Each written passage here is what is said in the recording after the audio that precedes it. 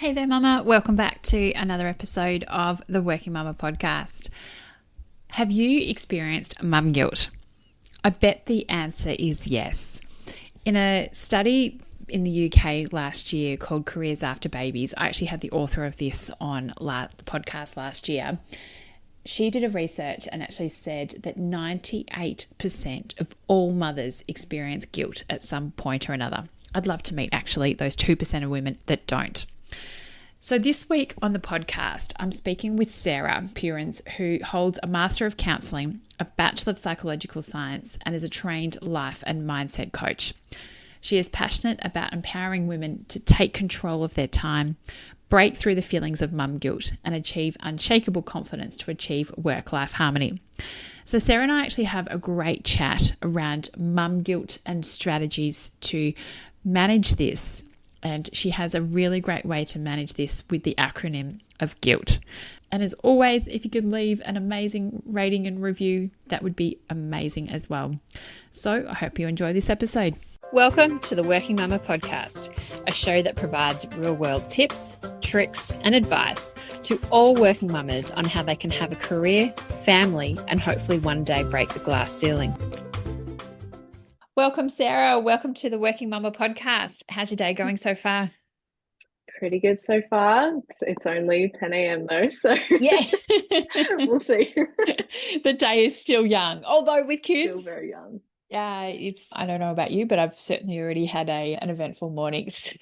Yes, it feels like a day already. Exactly. So for those of people that don't know you, how would you best describe yourself and what's been your career journey so far? So I am Sarah. I am currently a life and mindset coach for mums and also a perinatal mental health peer worker. But initially, my career journey started, I was working for one of Australia's largest retailers whilst I was in high school and university, getting my Bachelor's of Psychological Science. So that was my first kind of like casual job. I ended up meeting my husband there, and he had an opportunity to move down to Melbourne. So we're in Brisbane. We moved down to Melbourne so he could join this company's national office. So we went down there. That's where I studied my Masters of Counselling, continued working for this company in their stores, but then also had an opportunity myself to move into their national office. At that point, I was doing some different roles in different teams, but kind of made my way into the human resources. With my Masters of Counselling, I graduated, but didn't go straight into it.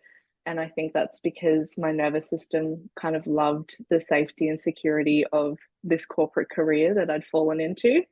Even though for me in this role, there was no real sense of like purpose, I just kind of kept rolling with it for quite a few years.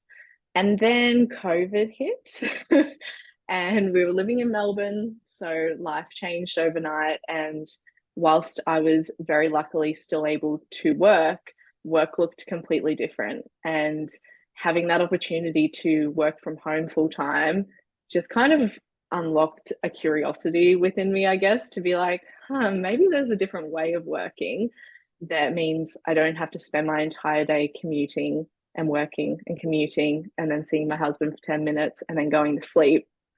And so at that point, I kind of started like asking myself, well, like, what do I actually want to do? How would I find a sense of purpose in work, and how could I find work that gives me like more freedom? And that's when I went down the life coaching route. So I signed up to a life coaching academy to get a certification. And during that time, I was also pregnant.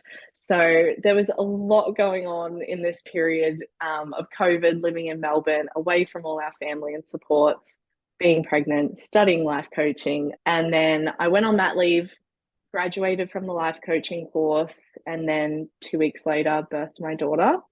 At that point, I was like, okay, I know that I want to do this life coaching thing. And now I know that I want to support mums. So that clarity kind of came through the experience of becoming a mum myself. But then I was still technically on mat leave from my corporate role. At this time, I was also suffering with some postnatal anxiety. And there was a lot of anxiety around returning to that job. And in particular, that job that didn't give me a sense of purpose or fulfillment. And at the point of time that was, like, the stakes felt too high to be leaving my daughter, my new precious thing that just felt it like the most important thing in the world. I was like, how can I leave her for this job that doesn't feel like it's worth it? Even with the money, it didn't feel like it was worth it to leave her to do a thing that didn't feel fulfilling. So whilst on mat leave, I was like, all right, I'm gonna set up my business, set up my life coaching business. And the plan was to return back to this role and then, build it up on the side. But luckily, my husband got a job opportunity that meant we could move back home to Brisbane once those damn borders opened. And so, with that opportunity, I was then able to make the call to quit. And it felt like a big deal to quit because I had been with this company at this point for 13 and a half years. It was kind of all I knew work wise. And my husband had been with them 17 years. So it felt a bit scary, a bit stretchy. But at the same time, in fairness to my employer, like, I had left a full-time face-to-face role to go on mat leave. And I just felt like, requesting to come back in a fully remote part-time capacity would be a little bit like probably not going to work for either of us. So that's when I made the decision to quit. We moved up to Brisbane, and then I launched my business kind of right before we moved up when my daughter was about 7 months old. And then I was working in my business completely by myself for the first 3 years. And then in October last year, I saw the opportunity to work for Peachtree, which is a non-for-profit perinatal mental health and wellbeing service, as a peer worker. And I just felt like it would just be the biggest compliment to the work I'm already doing. And so now I run my business as a life coach, and I also work for Peachtree as a mental health peer worker. And my entire working life revolves around supporting and empowering mums, but I love it and I can't think of anything better to be doing with my time. Fantastic. Yeah, what a great journey you have, and certainly building upon the different experiences that you've got. So obviously you work a lot with mums, and you really also focus in on around mum guilt. How would you define mum guilt?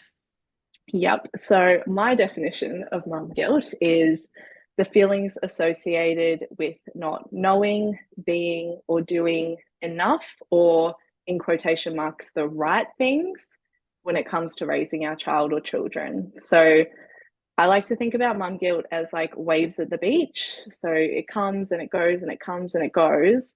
And as mums standing on the beach, we have a choice to make whether we're going to get absolutely, swallowed by the waves and choking on seawater and falling down, or we can stand strong, stand firm, and then let the wave of mum guilt crash around us, knowing that it's going to go back out and that it will come back again. And so that's why I like to teach some tools and strategies on how to stand firm, because it can be really hard when that mum guilt wave comes crashing down. Yeah, there's so much. I often say that should be a swear word for mums because of what we should be doing and what we should be, should be doing this, should be doing that. And you're like, oh my goodness. And there's so many influences around with social media and things like that. Obviously the waves keep crashing in of mum guilt, and sometimes those waves feel like they're an absolute tsunami. I was about to say tornado. I'm like, no, wrong natural disaster. Where do you think it all comes from, and what stems from it? Because I know that some mothers experience it more than others, but I think there was a stat in the Careers After Babies report from the UK that came out last year. There's something like 98 or 99% of all mums will experience mum guilt in some shape or form, and some more regularly than others. So where does it all come from? Why do we experience this mum guilt? Yeah, this has been my experience too. And I'm yet to meet a mum that hasn't experienced it themselves. And you're right, it does vary in frequency and intensity, but typically every mum will experience it. And when I've done research on it, and there's not a whole heap of research on mum guilt, hopefully there will be more to come.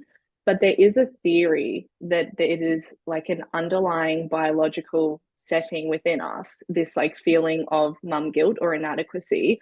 And when we think about it from like an evolutionary perspective, if the mum never feels good enough, the mum will always be striving and trying to be better.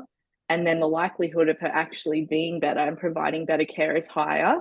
And so the continuation of our species is more likely. So, from like a biological, natural, evolutionary perspective, it makes sense, but it is such a strange experience. Like, I remember one of the first times when I experienced it, I was like, what is this? Like, this feeling of like pure guilt when I've made a decision to do something that like I want to do or need to do, and yet I feel awful about it. I just remember feeling so confused and like, what is this? Is that also because we've got so much, media and so much coming at us, particularly as we're like, I probably even see guilt even before it's probably even when you're trying to fall pregnant, some of that Mm-hmm. also, and those messages also come in that you need to Yeah. take this vitamin, you need to be doing this. And then once you're pregnant, everyone has an opinion on Mm-hmm. your journey and things like that, which we all know Yeah. everyone has their own journey. And then even into birth plans. And I'm just like, well, birth is going to last like maybe 24, 48 Mm-hmm. hours. I know for me personally, it was funny. We were watching something, my husband and I, the other day on TV, and we're like, right, that went up in the air. And we're reflecting on how both of our boys were born and things like Mm-hmm. that. But then also then the transition into motherhood, then also when you're returning back into work, Mm-hmm. is it because there's all these messages as well of, as what we were saying before about what you should be doing and what you need to be doing of Mm-hmm. everyone's got an opinion, but also, as what you said before, doing what works for you as an individual. Yeah, there is an enormous societal and systemic pressure that is constantly around us, and those messages that are in the media, in social media, like that all adds to it. And, if we think back to like the time when, mums were primarily not working, we were primarily homemakers and caretakers, and that was our role. Once we started shifting into the workforce and becoming, productive, again, quotation marks, members of society, there was no like acknowledgement or planning or discussion about, well, what's going to happen with the rest of those responsibilities within the home. It was just assumed that mum would continue it all, and mum has continued it all. And we see today, like, even mums that are the breadwinners of the family, 90% of those will also take on the domestic responsibilities and the childcare responsibilities and all of that. So there's been this enormous like shift in us contributing to society in a different way, but society has not adjusted its expectations of us like one little bit. If anything, it's just become exorbitantly more. Yeah. And the pressure is certainly there. It's the famous Annabelle Crabb quote, work as if you don't have children and have children as Mm-hmm. if you don't work. And there's Yeah. obviously guilt that becomes behind that, because there's I've seen so many different things even around the childcare subsidy of like, why should the government be paying, for you to have a baby and things like that, which really gets my blood boiling. Mm-hmm. But at the same time, there's also that guilt. It's funny as well because you don't ever hear the term dad guilt. There's always No. the mum guilt. Yep. And this is the thing too. It's like when I've asked my partner or like other fathers, like, oh, haven't you felt that? Like, don't you feel guilty? It's like, no. Like, why would I? Like, it's such a foreign concept to them. And that's why I'm like, oh, that biological piece makes so much sense. Like, this is something innate within us that we can't necessarily control, but we can learn to manage in a way that works for us. So how can we then learn to manage it? Because look, I know that I've got better at managing my guilt and also Mm-hmm. acknowledging it, but also working through it. So it doesn't feel Mm-hmm. like such a tsunami standing on the beach. And I think even having two kids, I still felt a little bit of guilt. But now as they're a little bit older, I kind of ignore it and block some of it out. Mm-hmm. But yeah, how can we manage it? Because I think that's one of the biggest things is also acknowledging mum guilt, but then also not feeling like it's quicksand and letting us bog us down completely. But as Mm-hmm. you say, making sure that we don't get sucked up and we can actually, let those just little waves come into the beach. Exactly, because if we do let them, knock us down, then it will stop us from doing things that we want to do or need to do, for our own mental health, for our own happiness, for our own like sense of success and purpose. So Yeah, when I think about mum guilt, I've experienced two different types, and I am so open to learning whether there is even more mum guilt that I'm yet to discover. But the two types that I have experienced myself is situational mum guilt. So, mum guilt that arises from certain life circumstances or situations that you either choose, create, or find yourself in. And then there's incidental or like event based mum guilt. And that's like mum guilt that will arise like after a certain event or incident has occurred. And when I say incident or event, I don't mean an extreme trauma or a death or something like that. I mean those little incidents or events that randomly happen throughout parenthood that can cause this guilt. So, with the two of those, I've kind of figured out two different strategies to manage each of them because they are slightly different. So, I'm happy to talk through like situational guilt first, if that Yeah, feels go for good. it. Yeah, no, it's Cool. anything to help us through our guilt challenges. Awesome. So, with the situational guilt, there was a situation in my own motherhood journey that kind of was a catalyst for me creating this method of dealing with guilt. And that was when my daughter was 18 months old.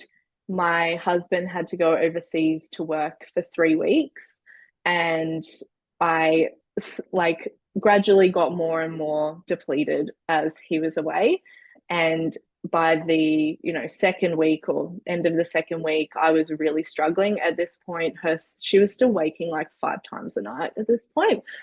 Sleep has always been our biggest challenge, and so I was just really on the edge of burnout.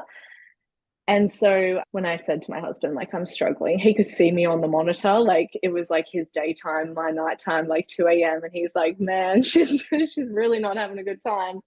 I said, yeah, it's been hard. And I had tried to set myself up for success with like a rotating roster of friends and family coming to visit me. And I'd done a big grocery shop before he left and bought all these activities. And like, I had really tried, but the sleep deprivation was just knocking me down and I couldn't get past that. And so I asked my mother-in-law if she would come for one night to just watch Poppy so that I could sleep. And once I'd asked her for that help as well, which she was like, of course, no worries, it kind of gave me some strength the next few nights when we were having bad nights because I knew that break was coming. I knew that I was going to get my sleep at the end of the week. And so the day rolled around and my mother-in-law comes and my daughter's happy for her to be there. And then she's like, all right, like she's fine, off you go. And so we did like a house swap because I've got two big greyhounds as well. So she was like, I'll look after them as well. You just go to my place. Like no one will be there. Like just relax. And everything was set. And as I'm driving off, I had like mum guilt in the passenger seat, and she's like saying these horrible things to me, like, why are you leaving your child? Like, you're the only parent in this country right now. Like, yeah, sure, you're tired, but you're a mum. Like, that's your job. Like, just all these horrible things that just were not true. And I was overcome with this feeling of mum guilt. And so I had her kind of with me that whole night as I was trying to relax and trying to eat dinner and like go to sleep early. And I did, and I got that sleep and I felt so good the next day. But it was the next day that I was like, what was that? And that's when I came up with this acronym, and it's called the guilt method. And it's kind of how to move through mum guilt when it arises in these certain situations or scenarios. And for me, the first step is G. So give yourself grace. In that moment where mum guilt was taking over, had I done some practices to say kind things to myself, be nice to myself, show myself some love, that would have really like turned the volume down on what she was saying. Because often, like the words of mum guilt that are in our head are things that we would never say to someone else ever, yet we say it to ourselves. Even if like your sister or someone you love like had come to you and said like, oh my god, like I'm leaving my daughter for a night because I need to sleep, like you wouldn't say to them, you selfish woman, like Yeah. you wouldn't, you'd say good on you mama, like you need it, go have a break. And so Yeah, G is give yourself grace. So what that can look like is things like I am affirmations. We know that they have been proven to change the neuroplasticity of your brain. So the more you say these things, even though it feels so weird at first, the more you say like I am a good mum, my needs matter as well, the more you start to believe it. And then the less your brain goes down that other path of saying the complete opposite. But another thing you can use, like if I am affirmations like don't feel right to you or they feel a bit foreign, you can use a method called flip the script. So this is where like you think about the scenario you're in that's causing mum guilt, and then you imagine someone you love being in that scenario, like I just said, your sister or your best friend or someone, and then play it out in your mind. Like if they were in this scenario, what would you say to them? And then flip that script and say it right back to yourself. So that's a good one I like to use, especially if your affirmations feel a little bit woo woo at the start. So that is the first step. Just give yourself grace and be kind to yourself so that you can move through the rest of the process. So U stands for understand your why. And we make hundreds of decisions as a mum every single day. And usually behind every single decision we make, there's a reason or reasons why. But often the intensity of the emotions of mum guilt like can overtake the logic of those reasons. So it can be helpful to remember your why. So in my example, my why of leaving my daughter for a night was so that I could rest, so that I could, save myself from a breakdown. I was right on the edge of burnout and I needed support and I needed sleep. So that was my why. It was looking after me so that I could look after her. And had I reminded myself of that in the moment, it probably wouldn't have lingered with me for so long. So U is understand your why. I is identify your triggers. This is more of a generalization of mum guilt, but I think as you're practicing moving through mum guilt, it's really important to identify the triggers of mum guilt for you. So for me, especially early days, it was leaving my daughter. And especially, I just had a thing with like, if I'm leaving my daughter and I'm not earning money at the same time, like that's when mum guilt would really ramp up.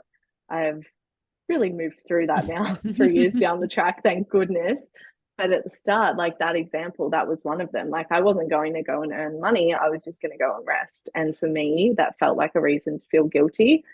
And then daycare drop offs would be another one, especially if it was like a quiet day in my business and I knew I was dropping her at daycare that day, the guilt would come. So it's really important to identify these triggers. And it's not always like a scenario as well. Sometimes you're around certain people that make you feel like you're not a good enough mum. Sometimes you're scrolling social media and you don't feel like you're a good enough mum. So identify when this is happening for you and minimize it as much as you can. Obviously, with like daycare drop offs and stuff, you have to do it. But following someone on social media, like you can mute them, you can unfollow. I would suggest doing that. And then also, yeah, arming yourself with these other tools when you know you're stepping into a situation where mum guilt is going to be joining you. So that is I, identify your triggers. L is my favorite part of the acronym, and L stands for look for the good. So in every situation where mum guilt rears her ugly head, there is often some, if not like some good, if for not just one person, but often like so many people in the scenario. And so for me, like the good was like my mother-in-law and my father-in-law, he joined her after work, got extra time with my daughter. She got extra time with her grandparents to be spoiled and have a fun night. And then for me, I got that rest. I got that recharge that I really desperately needed. So if we can focus on the positives in a situation, there is less room for those negatives to take hold. And in daycare, it's often that's such a big one I see with the work with our working mums is like, okay, it is hard and it can be such a like a mum guilt inducing scenario. But if we can focus on the good things about that daycare experience for your child, those social interactions, those extra chances for messy play and explorative play, bonding with caregivers outside of their home, all of that stuff, if we can focus on that, then we can, quiet down the negative talk from mum guilt. And lastly, T stands for trust yourself. So trust yourself, trust your instincts, trust your wisdom. I truly believe as women and as mothers, we have this innate wisdom inside us. We do know what is right for us.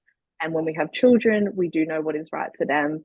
I think often in the society we live in today, in this fast paced technological world, and I'm not against technology at all, I use it every single day, but it really creates distance between us and our inner dialogue and our inner knowing.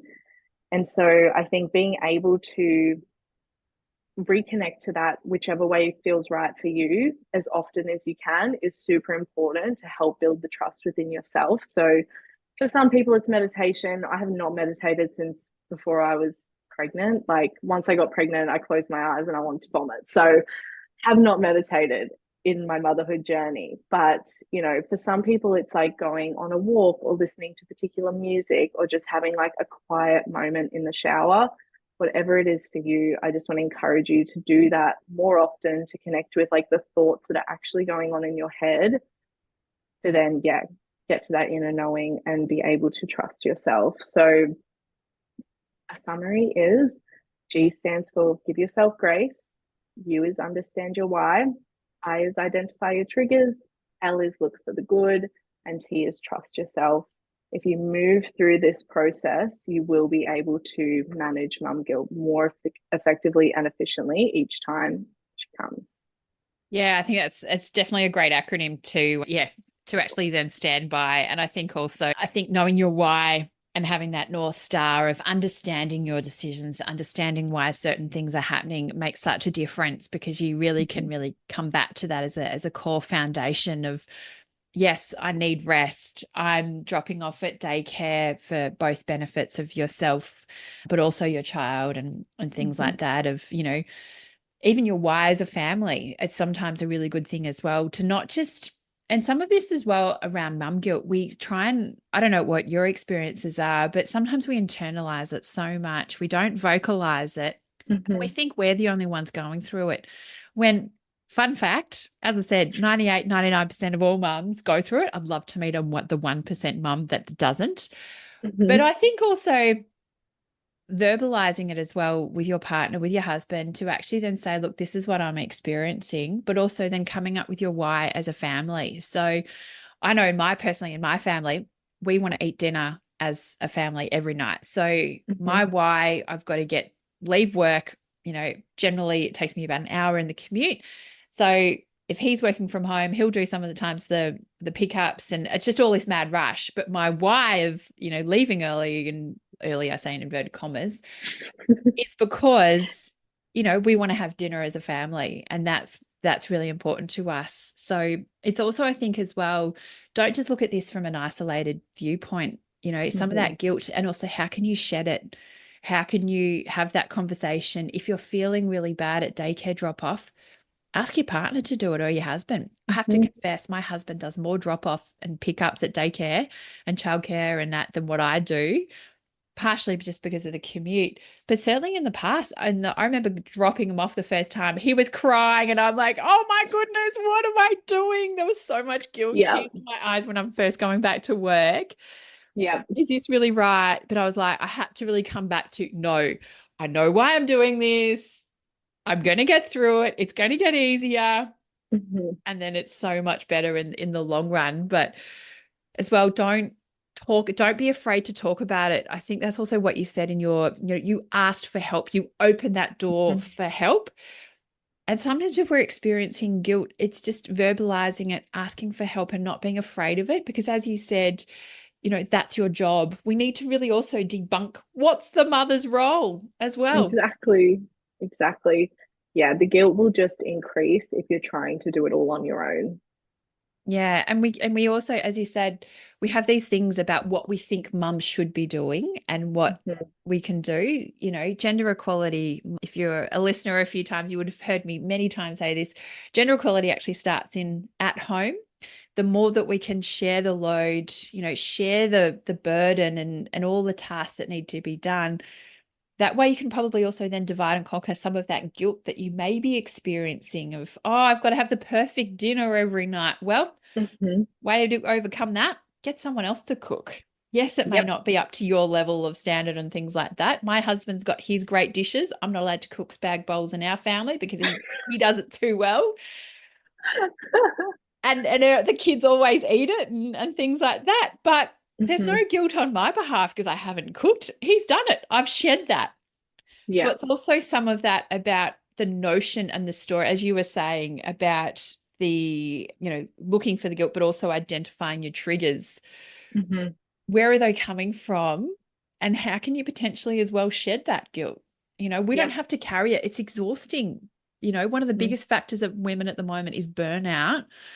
We're all feeling exhausted, but how can we shed it? And sometimes as well, it's because we think we need to be doing all the things. Hmm. But as you're saying, it's rewriting that conversation. If you have the conversation with someone saying, I'm doing all this, and they'd be like, oh my goodness, that is insane. No wonder Hmm. you're exhausted. Exactly. And so, yeah, how can we as well, like, I guess involve our partners and, and look for those, as you were saying, those triggers of guilt and identify them and help work through how we can overcome it so we can, yeah, not experience it and change that inner voice, because sometimes as well that mindset, the stories we're telling ourselves. I even Hmm. had something the other day and I'm like, where is this coming from? What are the stories Hmm. that I'm telling to actually go Yeah. back to from a mindset perspective? And I'm going, oh no, Corinne, you're an idiot. That's really that you Hmm. don't have any evidence. So what are Yep. you talking to about that? Don't feel bad. Back yourself. Exactly. Like, we have to remember that, like, feelings aren't facts. Even if you feel like a bad mum or you feel like you're not doing enough or you're not good enough, that's not necessarily a fact. And I think, like you said, like, sharing these thoughts with your partner or someone who's very close to you can help bring to light how untrue they are as well. And I think it's really important for your partner, or someone who's close to you, to understand where your mindset is at and where your headspace is at, because it adds the understanding of the mental load that you're carrying as a mum. And then you can open up those conversations and communicate about sharing that load. And I'll admit, for me, like, earlier this year, I had a really hard time with a few losses in our family. And because I was, struggling with grief, like, my husband picked up the groceries and picked up the cooking and picked up all this stuff. And he's done that in the past, like, especially when I was postpartum. And he's so good at doing that. But it's always when I get to this point of, like, being unable to do it. And so I know now to, before I get to that point, just ask, hey, like, this is feeling like too much at the moment. Would you be able to take over groceries for a week or take over this, or let's start this roster? And he's always like, yeah, of course. Yeah. And it's never as, like, a harder conversation as I think it will be. Even something as silly as, like, we always had just one car seat and it was always in my car. And so I was always the one doing the majority of the things, or it was like a pain in the butt to logistically take it out. And then I was like, let's just get another. Yeah. And we did. And then our whole world is opened up and we don't have to be as, like, organized, and he can just quickly do a daycare pickup if I'm running late or, needing extra time. Like, it's yeah, a game changer just to become a team again, I guess, and pull that teammate back in. So yeah. It's amazing how a car seat and just check, like, oh my goodness, because then it's also the guilt, and it's also probably the reframing for yourself of I need to be doing it all when really you don't. Hmm. And it's also good that you're seeing, father's role model also doing, daycare pickup and drop off and things like Yeah. that. So there's many benefits in many different ways, but it's amazing. As always, it's the stories that we're telling ourselves that lead to the Hmm. guilt. But then if we then, as you said, start rewriting that, and if even verbalizing it, if you then have a Hmm. conversation with someone, I know that I've done this many, many times with friends. I've got two close girlfriends from mother's group. If I'm verbalizing something, sometimes they're like, oh yeah, I'm feeling that as well. And I'm like, oh, hallelujah, it's not just me.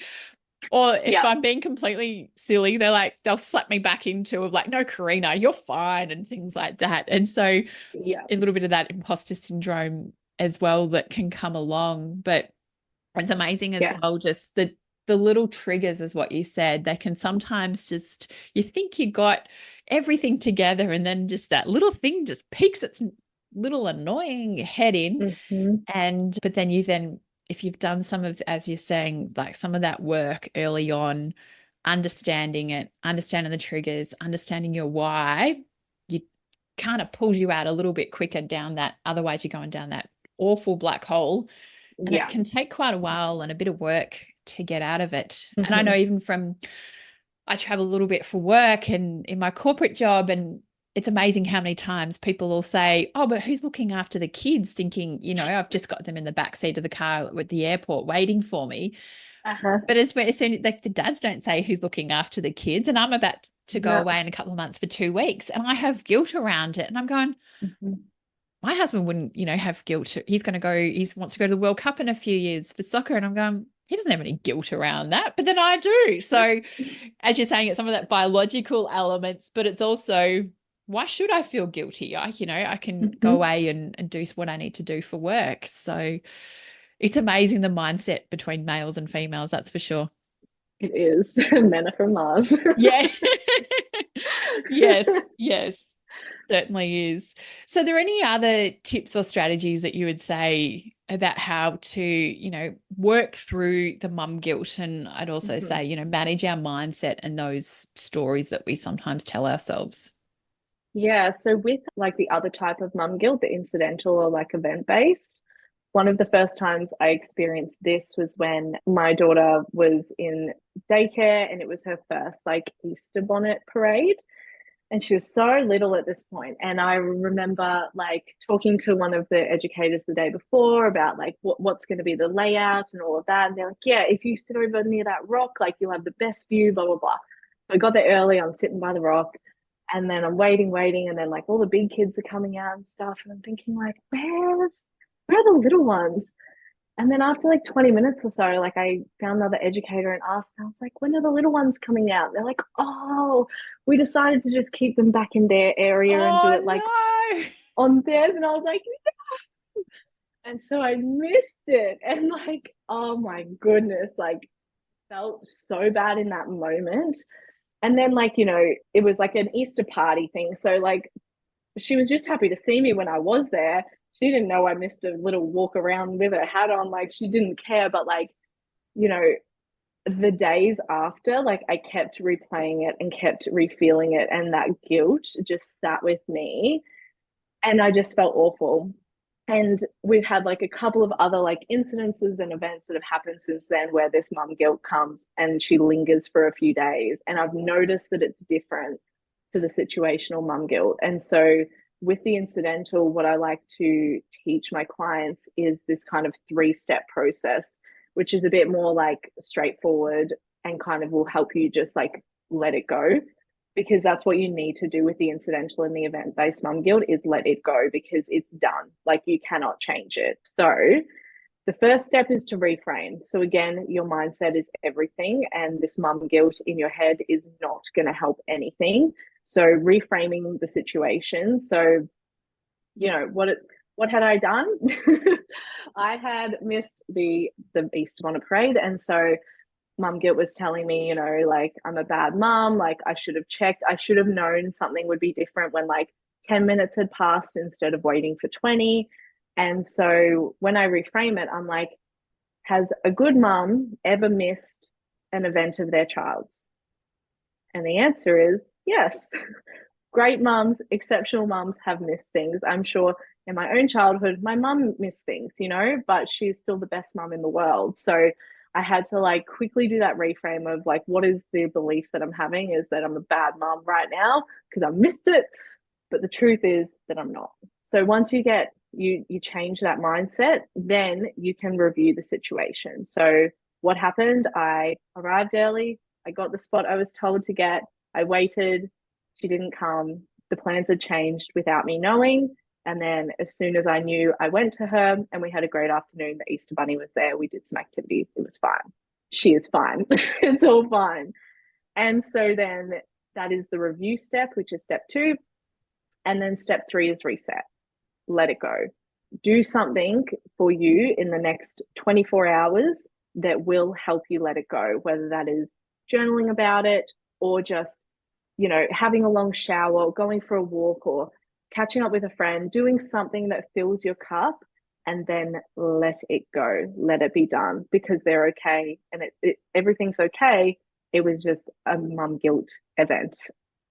Yeah, and there's no such thing as a perfect mum. We all know that there's No. been mistakes. Something's always going to happen in those ways and that. I know that Mhm. I once I said that I was going from 3 to 4 days of working and about how it may sound bad, but that second day that I was at home, the kid, it just felt like I was trying to juggle both and I wasn't doing anything in Mhm. anyone. And then someone said to me, well, it's your role, how come you're not enjoying being it? And I was like, well, and then I then had this massive guilt of should I be 4 days and should Yeah. I be wanting to then do this? And I was like, well, no, I'm really enjoying the quality over the quantity time. I've always wanted to manage, being a mum and also having a career. And it was really tough. And for probably about 2 weeks, it's the guilt sat with me of should I be working less or what am I doing and things like that.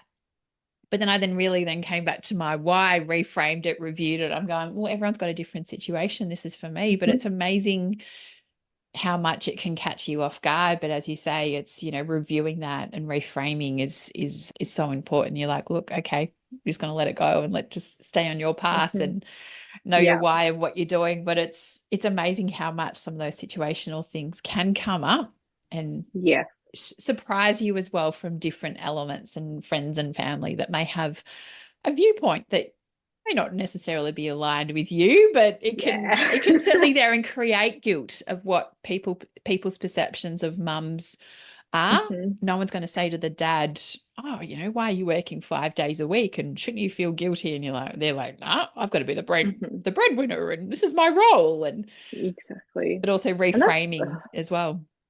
yeah, there's so many moments where like mum guilt will organically come up that I just like yeah, I find it so like infuriating when like other mums or other women or society or social media is then fueling that fire and creating even more reasons for us to feel guilty. Like there's already so much guilt. There's enough. It's enough.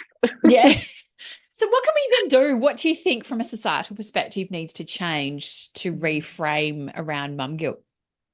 I think we kind of touched on it earlier is communication, sharing, being transparent, being open, like sharing our lives and the reality and our feelings and our thoughts. Like, I feel like that is the only way for this to become normalized and more well known and accepted.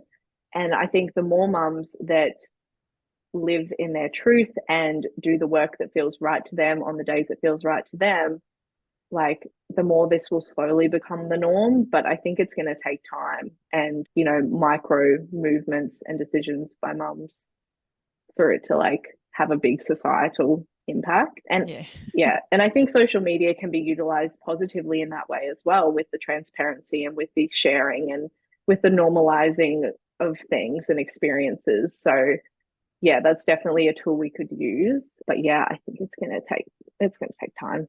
Yeah, it's definitely probably generational and multi-generational as well Mm-hmm. to reframe of what it means to be a mum and Yeah. also then the role of parenting as well. But there's certainly a journey. But I think in the last few years, it's also, as you're saying, acknowledging it, but also talking about it. And, you women in, even the 80s and 90s, I'm sure, experienced it, but had to probably bottle it up and it wasn't Mm-hmm. as normalized. But also then saying that, there's no such thing as a perfect mum. We don't have to be at every school assembly. And it's okay to Mm-mm. also not do that. I really wanted to go on my son's school excursion a few months ago, couldn't make it work. And I was like, you know what? I'll try for next time. Yep. And it's And one of those things that you just like, okay, next time. But it's yeah, okay. yeah, how can we be good enough mums? Because that is good enough. And in like the Circle of Security, like parenting program, they teach about 30% and how research has shown that children actually only need us to respond and meet their needs 30% of the time in order to grow like healthily and happily. Yet all of us are like aiming for 100% and Yeah. probably hitting 80 and like still not feeling good enough. And it's like, we just need to be good enough. Yeah. And I think that's a really good thing that 30% of the time, and there's so much of you need to be there all the time. And I know personally, I've seen both of my boys thrive through childcare. And I'm like, why do I need to feel guilty? They're doing painting, they're having great fun. Mhm. I'm not going to be that person all the time with them. And so it's quality over quantity, but it's amazing. Yeah, it's a great stat, It is. 30% of the time. So when you're Mhm. thinking that you're guilty and you need to be with your kids all the time, just think 30%, and that helps you 30%. reframe. You're hitting it. Yep. You're doing it. Fantastic. All right. Before we finish up, Sarah, is there anything else that you want to add that we may not have spoke There about? is one thing that I want to share about the juggle, and it is a really good analogy that I think helps mums to just focus on what's important and drop the rest and let go of the guilt. And so that is, we know the juggle of being a working mum is a freaking juggle. We are juggling literally 100 balls at a time. And that's just not possible for anyone. But I want you to imagine that you're juggling two different types of balls. You've got glass balls and you've got plastic balls. And so your glass balls are the things that if you drop them and they smash, that's pretty bad. It's not good. These are the things like you and your family's mental and physical health, your shelter and security and safety, and your ability to have financial stability. Those are the glass balls that all of us keep going all of the time. The plastic balls that are up in the air that we feel like we need to keep catching but we necessarily don't are things like having a spotless immaculate home, or feeding your child organic food only, reducing screen time, making sure they have a bath tonight, things like that. You can drop those plastic balls at any time and you can pick them back up at any time and your children will be absolutely fine. So I think just remembering the glass and plastic balls of the juggle of being a working mama is a game changer to just get yourself out of that guilty headspace. I love that analogy. I've seen it before, and that around the glass and the plastic balls. And even if it's a glass ball, it can also be carefully placed on the ground to Very true. potentially picked up again. So rather than letting it fall from a height. And as you say, you can put some balls on the ground, leave them there for a while and re-pick them back up. It's don't Yeah. think you need to be juggling it all at the time, but it is a really important thing. I remember hearing it for the first time going, oh, that's so true. It's a bit of a light bulb Mm-hmm. moment. So Yeah. thank you so I much love for that adding that one. in. And it's a really good analogy to have. All right, Sarah, what do you do to fill your cup? I have two greyhounds. I think I mentioned that. So they do need a walk every single day, which can be an annoying responsibility at times, but also forces me to get out of the house and walk with them every single day. And that does help regulate me. So if I can't walk them, I try and do a workout, but every day, every day without fail, I pretty much walk them. So moving my body is really important, but at times when I can't do that, when it's not possible, when I'm not feeling it, just doing something that makes me happy. Like if I have a TV show that I'm loving, then there is nothing better than when my child is in bed watching one episode with my dark chocolate Maltesers, fills my cup right up. And for me too, I'm a very social person. And so, calling my mum or my sister or my best friend and just having a good chat with them really does re energize me. So, trying to add those like micro moments throughout the day to just help keep me a bit full so that, when the inevitable shitstorm happens, I have a bit more in my arsenal to just endure the storm. Fantastic. Now, Sarah, how can people get in touch with you? Yep. So I am on Instagram at sarahkate.coaching. That's probably the best way to contact me. And then my website is www.sarahkatecoaching.com. Fantastic. Well, thank you so much for today's great chat, or particularly around your tips around situational and also incidental guilt and how to work through both of these with the frameworks that you shared with us. So thank you so much. It's been such a great chat. Thanks for having me. Thank you for listening to the Working Mama podcast. Subscribe to the podcast on iTunes, Spotify, or your favorite podcast catcher. Please also feel free to contact me on any of the Working Mama social channels. Remember, Mama is MUMMA, or website www.workingmama.com.au. I would appreciate you to share this podcast with friends and colleagues, especially those that are parents managing the juggle. And I would really appreciate if you had to take the time out to leave a review of the podcast.